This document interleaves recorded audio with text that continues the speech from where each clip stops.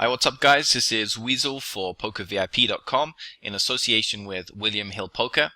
Today we have the top 5 6+ Hold'em tips. Tip number 1, know the rules. It's insane how many people jump into a new variant of poker without being 100% familiar with the rules. Or they may know the general basic rules, but there's one or two situations that catch them out. You're probably familiar with the kind of situation we're talking about. Perhaps you remember the first time you played No Limit Hold'em. Perhaps you had something like 2-pair and your opponent had an overpair and the board was paired. And you wondered why your opponent won at showdown with 1-pair and overpair when you had 2-pair. And obviously it's because we didn't know about the counterfeiting rule. We didn't know when one player has an overpair and there's a pair on the board, that player actually has 2-pair. And his higher pair is stronger than our pair, meaning he actually wins the pot. Or perhaps you remember a situation in Pot Limit Omaha where we had a 1-card flush. So we had the ace of diamonds, there's 4 diamonds on the board, and then we wonder why we end up losing the pot at showdown because after all we had the nut flush, right? Obviously in PLO you have to use 2 cards at any one given time in order to make a hand. So the fact is in that situation we had something like ace high and we thought we had the flush but we didn't. There's many situations that are going to occur like this in 6+ Hold'em. One mistake that I made in the 4-part series where we were playing live at the 6+ Hold'em tables was we got the money in, set over set, and obviously we have absolutely huge equity. In fact, our opponent is drawing only to quads in that situation. And the board ran out in such a way where there was a straight on the board. And I assumed that I'd lost the pot because in No Limit Hold'em, if you get the money in, set over set, and the board runs out a straight, now both players are going to chop the pot because both players have straights. Now this wasn't a big mistake since the money had already gone in with a huge equity advantage, but I did not realize immediately that we hadn't actually chopped the pot. In fact, I assumed my opponent had got lucky, but the truth is I still won because although there was a straight on the board, trips actually beats a straight in 6+ Hold'em and I still managed to rake the pot. So this mistake wasn't a problem because the money had already gone in, like we mentioned, but there are situations where we can make mistakes on earlier streets which will cost us. I think one of the most obvious mistakes players are going to make is not recognizing the ace to 9 straight. So of course in 6+ Hold'em it's possible to make a straight with ace 6, 7, 8, 9. It's very, very easy to miss this particular straight when we hold something like ace 6 and there's 7, 8, 9 on the board. If we come from a Hold'em background, we're going to assume that we actually just have a busted OESD in that case because we didn't spike our 10, when in fact we have the made straight. So this can result in us missing value, making incorrect folds in certain situations. So if we can know the rules of a new variant, we already have a decisive edge. Now it's not enough to just know the rules in something like Hold'em because players are a lot more advanced. When we talk about a new variant such as 6+ Hold'em, players are going to be sitting down at the tables without a solid understanding of what the rules actually are. Obviously we need to keep in mind that trips beats a straight. So a common mistake I've seen at the 6+ Hold'em tables so far is players going crazy with straights. Straights are not actually that rare in 6+ Hold'em. They're more of a mid-strength made hand than a strong made hand like they are in No Limit Hold'em.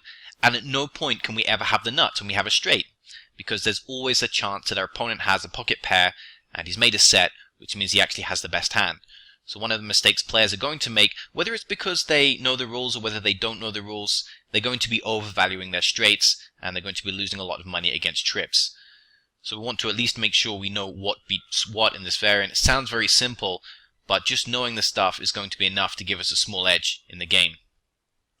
Another thing players do, especially from a Hold'em background, is they're going to overvalue full houses. Now full houses are pretty strong hands in 6+ Hold'em. In fact, they are going to be the nuts in most cases. Our opponent can make quads, of course, to beat full house, and this is still going to be a pretty strong hand, even in 6+ Hold'em, even though it's a bit more common in 6+ Hold'em compared to No Limit.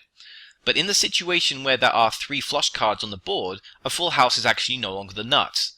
So it's kind of similar to being in a Hold'em situation where we actually have a flush, but there's a paired board, and our opponent wants to put a lot of money in the middle. In that kind of situation, we should be, as good No Limit Hold'em players, strongly reevaluating the strength of our flush when we face a lot of action on a paired board. It's the same kind of thing in 6+, but it's now completely the reverse. So obviously if we have a flush, we can go pretty crazy because we have more or less a stone cold nuts, even on a paired board. But if we are that guy with a full house when there's a possible flush out there, we're not necessarily going to be playing for stacks anymore. It's not necessarily going to be a cooler if we get all of the money in on a flush board and our opponent shows up with a flush. Because a lot of the time when he wants to put a lot of money in that situation, he's just going to have us beat. So tip number 1 is very straightforward and hopefully somewhat obvious. Don't make any stupid mistakes or misreads, especially when it comes to the ace to 9 straight. The truth is that ace to 9 straight is the lowest straight anyway, so it's not going to be a huge deal if we occasionally miss this. But hey, why give our opponent extra money in a situation where we have the best hand and we can profitably play the hand until showdown? Obviously, don't overvalue things like straights. Don't overvalue full houses when there's a possible flush on the board. Tip number 2, understanding how the starting hands differ in strength compared to no limit hold'em. What we'll find in general is that because the objective of 6+ is really to make flushes and full houses, and not so much to make straights, not so much to make things like 2 pair or top pair top kicker, we'll find that many of the pre-flop offsuit combos actually go down significantly in value. So while something like ace-king offsuit is a monster in no limit hold'em, it's kind of a mid-strength starting hand in 6+.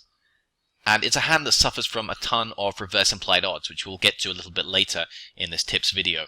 Suitedness is of course important in no limit hold'em also, but the difference between an offsuit hand and a suited hand in 6+ hold'em is much bigger. In a situation where we have the choice between a suited combo preflop and an offsuit combo preflop, we're nearly always going to be choosing the suited combo in this case. Offsuit Broadways are not going to be very good starting hands in 6+ hold'em. We will of course play them in some situations. For example, we're not going to be folding our strongest offsuit Broadway hands from the button as an example, but we're still going to prefer a suited hand where possible, because these can make flushes, which is basically the nuts in 6+ hold'em. And as we're going to see a little bit later, if we have a flush, it's also less likely that we get overflushed. So even low flushes in 6+ are very strong hands and are usually enough to commit with post-flop. We'll have a look at some example starting ranges a little bit later in the video. One thing that will become immediately apparent is that it's probably not a good idea to open hands like ace-king offsuit from under the gun 6-handed and in MP 6-handed. There's a very good argument for actually just folding these combos pre-flop. Now if we come from a no limit hold'em background, that's going to be a little bit strange to us, because obviously ace-king offsuit in regular no limit hold'em is strong enough to open raise from any position. But because of the huge devaluing of offsuit starting hands pre-flop, we'll find that we're going to be folding many of these in many different situations at the table. The hands which go up in value and are even more valuable in 6+ hold'em compared to regular no limit hold'em are the pocket pairs and suited hands. The suited hands go up in value because they can make flushes, and I would say with 100 big blind stacks in 6+ hold'em, one of our primary objectives is to actually just make flushes, because they're such strong hands, they have huge implied odds. The reason why pocket pairs are good is because if we flop a set, especially top set, it's very often going to be the nuts. Unless there's some kind of possible flush available, having top set is going to be the stone cold nuts. And there's a lot of value to be had on connected textures where our opponent can possibly flop a straight, and that's going to happen a lot more often in 6+ hold'em compared to no limit, where that player assumes that because they have a straight, they have the nuts, because it is the nuts in no limit hold'em, assuming there's no flush on the board. But in 6+, if we flop a set, we're very often good to go. The other advantage to pocket pairs is that they're now going to flop a set a lot more frequently compared to how often they flop them in no limit hold'em. So in no limit hold'em, we're going to be flopping a set maybe around 12% of the time, whereas in 6+, this now gets boosted to around 18% of the time we're going to flop our set. Now this of course means that the chance of set over set is a little bit higher, but if we can flop top set, unless there is a monotone board texture, we're going to have the stone cold nuts, and we can play very aggressively and hopefully extract some money from our opponent's straights. And of course, since players are transitioning from no limit hold'em, they're going to be overvaluing other stuff as well. They're going to be overvaluing things like top 2 pair or top pair top kicker, even though these are not great hands in 6+ hold'em. As a very general guide, if we come from a no limit hold'em background and we have a pretty good idea regarding which hands we should play pre-flop, we're going to be playing a tighter range than this. Now we play less hands in general, and we put less in inverted commas. This is because we're not actually going to be playing less percentage of the overall hands. We're actually going to be playing about the same percentage as we do in No Limit Hold'em.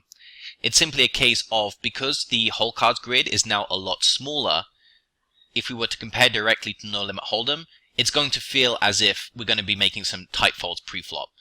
So, to give an example, on the button, we'd obviously open raise any ace in No Limit Hold'em, whereas in 6+ Hold'em, we don't really want to be opening much wider than ace-10 offsuit plus, maybe king-10 offsuit plus, because hands like ace-7 offsuit, while they're perfectly good hands in No Limit Hold'em, are not going to be very good hands in 6+ Hold'em. So while we actually play the same frequency of hands as we do in No Limit Hold'em, relative to No Limit Hold'em, the types of starting hands we choose are going to be a lot stronger in general. They're going to be tighter. Also, while this will work as a very rough principle, i.e. just play a little bit tighter than you do in No Limit Hold'em, this is not going to translate directly to 6+ Hold'em. This is because some hands go up in value, other hands go down in value. So to give another example, perhaps we're on the button and we have something like Jack-6 suited. Now this could easily be one of the weakest hands we open on the button in regular No Limit Hold'em. Whereas in 6+ Hold'em, we're still going to open this hand. So it's not a case in this situation of saying, well, Jack-6 suited is kind of the bottom of our button opening range in regular Hold'em, therefore it must be a fold in 6+. This is not the case because suited hands go up a lot in value in 6+ Hold'em, so these hands are still going to be opens. To give another example, perhaps for those of us from a No Limit Hold'em background, we may even fold hands like ace-7 suited or ace-8 suited from under the gun in regular No Limit Hold'em. And of course, they're going to be okay opens. It's not as if opening ace-7 suited in No Limit Hold'em is going to be a terrible open. It's going to be fine, but generally players don't open these hands. Maybe they open ace-2 to ace-5 or something. Whereas in 6+ Hold'em, there's a very good chance we should just open any suited ace from UTG, just because there's such strong hands when they actually make their flush. Basically, it's going to be the stone cold nuts on the vast majority of textures, and the implied odds of these hands go up greatly in value. So while it's true to say we're going to be playing tighter in most situations compared to No Limit Hold'em, this doesn't translate directly because the hand strength changes from one variant to the other, so things like suited aces go up a lot in value for 6+ Hold'em. The players which are going to generate the biggest edge, the fastest, in 6+ Hold'em are those that have strong poker principles from other variants. And there are situations where we can use our knowledge of Hold'em to generate good strategies for 6+ Hold'em. I'm going to show you how this works to an extent during the next slide. But one thing to understand is that the format of 6+, and when we say format, we mean the number of players at the table, the way the blinds work, the way flop, turn, and river works in the betting action. The format of 6+ Hold'em is identical to No Limit Hold'em. What that means is if we were to subject the game of 6+ Hold'em to various game theory analysis principles, we'd find that our defending frequencies in the vast majority of spots are going to be roughly identical to No Limit Hold'em. There will of course be some exceptions because the frequency with which we defend in certain situations is a function of the relative equities of our hands, and this is probably going to change somewhat in 6+ Hold'em. So we'll find that the equities on various flops are a little bit different, just as a result of the way the different hands function, given that now things like flushes beat full houses, etc. But as a good starting point, if we understand roughly how frequently we should be defending in a certain spot in No Limit Hold'em, this is going to help us greatly to formulate good, theoretically sound ranges for 6+ Hold'em. We're going to have a look at how such a principle would work in tip number 3. We're going to see how we can maybe create some ranges. And just in general, this is something that you should do as part of tip number 2, is have some starting ranges. So this includes things like opening ranges, cold calling ranges pre-flop, 3-betting ranges. The basic idea here is that the majority of players, even if they are good players who come from a No Limit Hold'em background, are not going to have created ranges at this stage. Generally, players will just jump into the 6+ Hold'em games, they'll guess at what they should be defending in various spots, but the truth is, they don't really know, they don't have a set strategy. So one of the things we want to do is come up with a set strategy. So we need to know what our raise first in ranges are from every position, for example, and stick to that strategy. Because if we don't do this, there's a good chance we are going to be deviating significantly from the optimal strategy for 6+ Hold'em. We can also use our no limit Hold'em background to make some statements regarding game flow in 6+ Hold'em. So one of the things we learned early on in no limit Hold'em is that limping preflop is not correct in the vast majority of situations. We know, for example, that if we're on the button and it gets folded round to us, we're going to come in for a raise. We're not just going to limp the button. For some reason, when players transition to a new variant, they lose many of the poker principles that they should take with them. So for example, if you join any of the 6+ Hold'em games right now, regardless of the limits you're playing, you'll find that they are a complete limp fest. Because players don't really realize they should be open raising, and they don't really know what they're doing post-flop, so they now have a tendency to just limp a bunch of hands and try and make some good stuff post-flop. But we don't need to learn 6+ Hold'em the long way like this. We can simply make some logical assumptions. If it's correct to raise first in no limit Hold'em, if it's correct to 3-bet and squeeze aggressively, if it's correct to defend our big blind aggressively, these principles are going to translate immediately into the 6+ Hold'em variant. So one thing we should not be doing is suddenly start open limping because it's a new variant. We know that it's very likely the case that if everyone has folded before us, we need to come in for a raise. Some things don't change even though the variant is different. Let's move on to tip 3, which we've touched on. Use knowledge of Hold'em. So we've mentioned that the frequencies will be roughly similar. Let's see how we can use this information to construct some raising ranges in 6+ Hold'em. As an example, you can go ahead and do the same things for cold calling, 3-betting, etc. One thing that I just want to demonstrate is the relative difference in terms of the size of the whole cards grid. So this is regular no limit Hold'em. We can see that we have 1, 3, 2, 6 combinations of starting hands in this case. Now, what does 6+ look like? Obviously in 6+ we don't have anything that's weaker than a 6. So I've just put the entire grid in here. We can see that there are a total of 630 combos. Now, rather than do any math, we can very simply just state that the size of this whole cards grid compared to the full no limit Hold'em whole cards grid, this is worth about 47.5%. In fact, if we did 630 divided by 1326, we would get this number, 47.5. So how does this help us? How can we use no limit Hold'em principles to construct open raising ranges? Well, one thing that we possibly know as no limit Hold'em players is that a good raise first in frequency on the button is about 48% of hands. Now obviously we're not going to be opening the same hands in 6+, so we want to understand how the relative size of the grid is going to change based on the fact that we're now playing 6+. So what we do is we take this 48, we multiply it by our new size of the whole cards grid, which is only 47.5% of hands, so 48 times by 0.475. This gives us an idea of how frequently we're going to be open raising relative to the entire no limit Hold'em grid. And the reason we do it this way is because we don't have software at this stage which just calculates equity based on the 6+ Hold'em grid.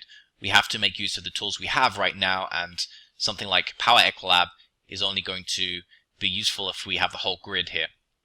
So what we can do is we can pretend we're using the whole no limit Hold'em grid and open a frequency of 22.8%. This will give us an actual open frequency of the 48% we want. So let's have a look at what that looks like. So I've constructed some ranges here for 6+. So on the button, you can see 22.2% here, so that's roughly the right frequency. And if we open these 22.2% of hands relative to the entire no limit Hold'em grid, then relative to the 6+ Hold'em grid, we're going to be opening 48% of hands. In other words, we take our regular no limit Hold'em opening frequencies, multiply them by 47.5%, then we find out what our open frequency should be relative to the entire no limit Hold'em grid. So this would be a good opening range on the button. Notice that we open any two suited, but we don't open anywhere near as wide as we would on the offsuit Broadway front. So in regular no limit, something like Jack 10 offsuit is a very easy open, whereas in 6+, there's not really good incentive to open these types of hands. So we can do the same thing from each position. Let's start with early. Now early may come somewhat as a surprise, because you see there's nothing like ace-king offsuit, ace-queen offsuit. You see, these are not super great starting hands in 6+. We'd much prefer to have the suited aces here, the pocket pairs. We do have one or two suited connectors. And you can play around with these ranges slightly. There's no proof that these are theoretically optimal ranges or anything, but the general principles are that we would much prefer to have something like a pocket pair or a suited ace or suited connector as opposed to something like ace-queen offsuit. MP, so again this is going to work out to around 18% open frequency. You can see we're still not opening ace-king and ace-queen offsuit. In order for us to open stuff like ace-king offsuit, we'd have to not open something like king-10 suited, queen-10 suited, and the truth is that these are probably better hands than ace-king offsuit because they're more likely to make flushes, which are very valuable in this game. By the time we get to the cutoff, we are opening ace-king offsuit and some combos of ace-queen, but we're not opening stuff like king-queen, ace-jack, which would be very standard opens in regular no-limit hold'em. The button, we've already seen. Small blind, still going to be somewhat wide. This is going to translate to about a 36% raise first in frequency, the same as it would be in no limit hold'em. We have most of the suited hands here, not quite all of them, so we can fold some of the weaker ones. And we don't open stuff like king jack offsuit and ace 10 offsuit, which would be standard opens in regular no limit hold'em. If you want to become very good at this variant, then it's necessary that you do the same kind of thing with cold calling ranges, 3-betting ranges. So for example, we know that if button open raises to 2.5 big blinds, we should usually be cold calling in the big blind with about a 31% frequency. So again, we're going to use the same kind of maths. We're going to adjust that accordingly based on the 6+ hold'em grid so that our defending frequency is still 31%. We're going to pick the hands which make most sense in this variant, which is probably going to be suited hands as opposed to offsuit broadways.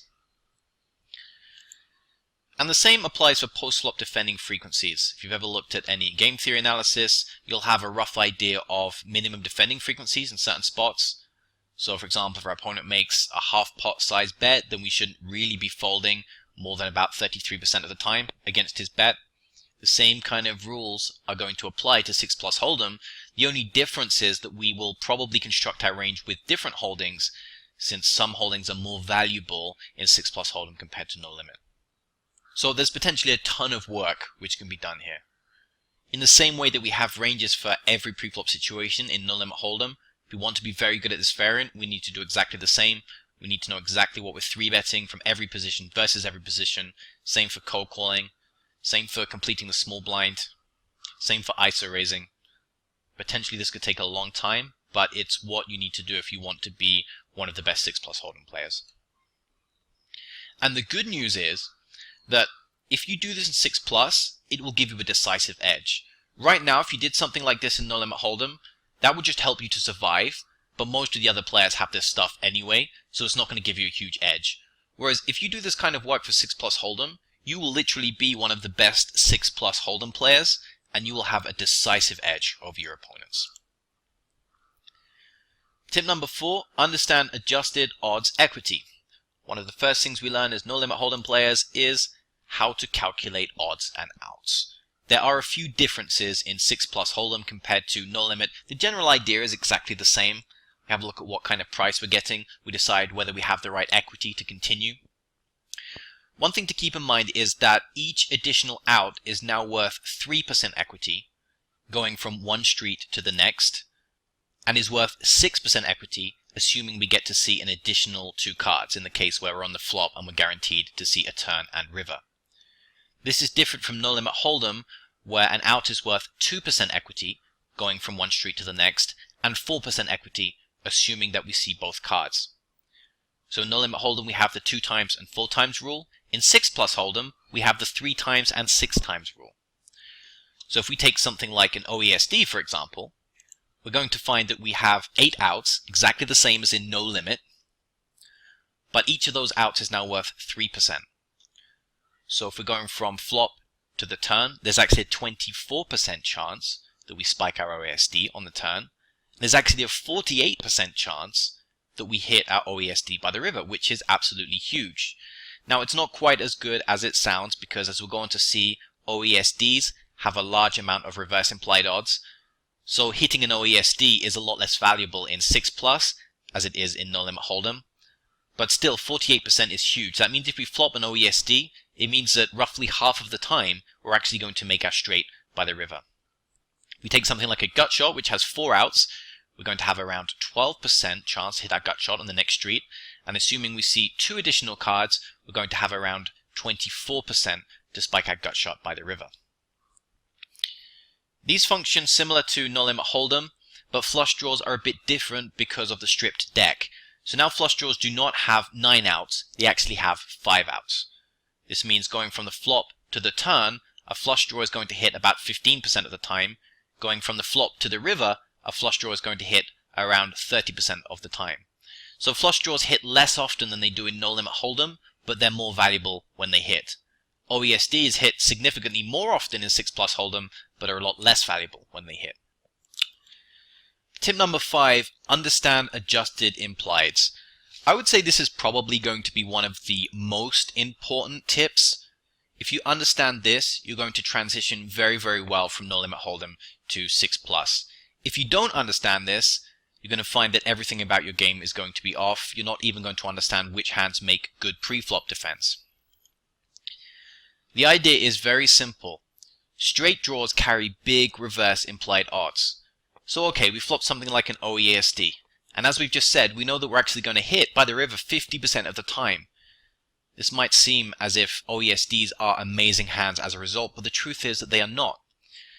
Because even though we hit 50% of the time, we might be drawing dead on the flop.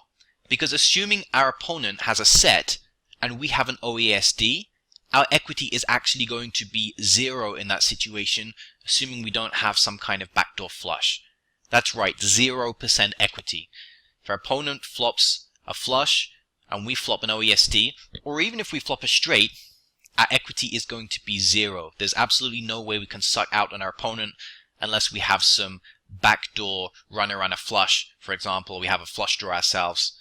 Any other situation, OESDs must be played with a huge amount of caution as a result of the terrible reverse implied odds that they carry. So a rough piece of strategy advice on playing OESDs: they make very good semi-bluffs, assuming that our opponent is representing a weak range. If he's playing somewhat passively, he's not betting in situations where he could, he's just calling down. We may find that OESDs make very good semi-bluffs because they're drawing live against a weak range and they're going to hit very often. But if our opponent starts being aggressive, starts making big raises against us, he's betting into us, then we'll find that things like OESDs should just be let go very quickly, because there's a chance that even if we hit, we're still just going to lose more money because we were drawing dead on the flop. This is one reason why things like offsuit connectors go down in value pre-flop, because the main hand they're going to hit, if we're lucky, is going to be some kind of straight, and a straight is not a very good hand in 6+. So understanding this concept of how implied odds change in 6+ allows us to make logical decisions regarding our pre-flop range. Now let's think about this from the other perspective. Flush draws and pocket pairs have absolutely insane implied odds. If you flop something like a flush, or you turn something like a flush in 6+ Hold'em, there is a chance that you have close to 100% equity. This is because even if our opponent makes a full house, he's still not going to have the best hand. In fact, the only way he can improve to beat us now is if he makes quads, which is not that likely, even in 6+ Hold'em. Another good thing that comes from this is, if we compare to No Limit Hold'em, let's say we have something like a flush draw on the flop, and the turn card pairs, this really kills our implied odds, because we know now that even if we make our flush, we might be drawing dead against a full house. In 6+, if we have a flush draw on the flop and the turn pairs, we don't even care, because we're still basically drawing to the nuts. The only time our opponent can win is if he specifically has quads, which is going to be one combo, and is not going to happen that often. In other words, if we make a flush in 6+ Hold'em, we should just be trying to get all of the money in. It doesn't even matter that much if our opponent has us beat, it's just going to be a cooler situation. One reason for this is that flush versus flush is a lot less likely, given that there are only 9 cards for each suit, which means if we have a flush, which is going to take 5 of those 9 cards, then there's only 4 suited cards left for our opponent to make a flush from. So it's just not that likely that if we have a flush, our opponent has a flush. So it's more or less a cooler if we have something like a 7-high flush and our opponent shows up with an ace-high flush. We should obviously still be aware of the chance that our opponent can have a higher flush. As the stack depth increases, the less of a cooler it will be. So just because I'm saying that we should hardly ever fold a flush, this mainly applies to 100 big blinds and less. If we have a 7 high flush and our opponent wants to get 500 big blinds in, and he seems to be like he's an okay player, then it's probably not correct to stack off in that situation. So obviously we can't just categorically state that we should never fold a flush, because it does of course depend on the stack depth, but in general we should not be going around folding flushes. These are hugely strong hands in 6+ Hold'em, and while in no limit Hold'em we can often get away from stuff like 8 high flushes if we think our opponent primarily has flushes in his range, most of which are going to be ace high flushes, we can't do this in 6+. So just keep in mind that even something like a 7 high flush is pretty much the nuts in 6+ Hold'em. Conversely, another thing to keep in mind is that set over set is a little bit more likely in 6+ compared to how it is in no limit Hold'em, because players flop sets more often. They actually flop sets 18% of the time, as we mentioned earlier. So it may not always be correct to always get all of the money in for 100 big blinds with bottom set. We have to advise some caution in the situation. It does depend on our opponent. In some situations we should maybe just still stack with our bottom set. But we have to be a little bit more careful with this compared to no limit Hold'em. On the other hand, if we do have top set, it's good to keep in mind that our opponents will be overplaying lower sets, and they will be overplaying straights and top pair and 2-pair type hands. So top set is an excellent hand in 6+ Hold'em. And another thing to keep in mind is our equity will be huge with something like top set, especially if it's a rainbow texture. So our opponent is either going to be drawing to the backdoor flush only. Remember, he can't make a straight anymore because we're still going to win with our set, even if he catches a straight. So we're going to have 100% equity against straights. We're going to have huge equity against backdoor flushes. And of course, our opponent does still have the chance to maybe catch a better set with his overpairs. But with 2 outs, this is only going to happen about 12% of the time by the river. Now, of course, assuming our opponent does have something like a flush draw, he's going to have okay equity against our sets. But obviously, given that top set is the nuts, we're still going to be playing very aggressively until that flush card actually gets there on the turn or river. Alright, you should already have most of the tools that you need in order to be excellent 6+ Hold'em players. As far as I know, there isn't any decent strategy content on 6+ Hold'em. So right now, if you've just watched this video, you're probably already a lot better than most of the guys out there at the 6+ Hold'em tables if you can apply the concepts and the tips we've discussed. So just to summarize, number 1, make sure you actually know the rules. Don't do anything stupid. Work on and develop your pre-flop ranges. Most players are not going to have these. In fact, again, as far as I know, I've just given you some pre-flop ranges, and you will not find any 6+ Hold'em pre-flop ranges anywhere on the internet. In fact, this may be even something that makes me somewhat unpopular, because there are guys out there right now who are probably making a lot of money from the 6+ Hold'em tables, and this is partly because their opponents don't know which hands they should be playing pre-flop. Understand how you can use your knowledge of Hold'em to improve your 6+ Hold'em play. So we shouldn't think of this as it's a completely new game and everything's different and none of our knowledge transfers. Have to remember that one of the fastest ways we're going to get good at 6+ Hold'em is understanding how we can translate some of our current no limit Hold'em skill set over to 6+ Hold'em. Understand odds and outs. So we're now using the 3 times and 6 times rule instead, and remembering that flush draws only have 5 outs now instead of 9 outs. Number 5, understand adjusted implied odds. So the simple way of thinking about this is straights equals bad, flushes and sets equals great. So we should be focusing a lot of our preflop strategy around trying to make sets and flushes, but not so much about trying to make straights. Alright, so that brings us to the end of our top 5 6+ Hold'em tips. If you have any questions, just leave them below the videos or send me a private message here at PokerVIP.com. Remember, if you want to try out some of the 6+ Hold'em games, you can do so at William Hill Poker. In fact, it's one of the only places that offers this variant at the moment. It's just the iPoker network, and William Hill is probably one of the better places to play on the iPoker network. So thanks very much for watching this video. This has been Weasel for PokerVIP.com in association with William Hill Poker.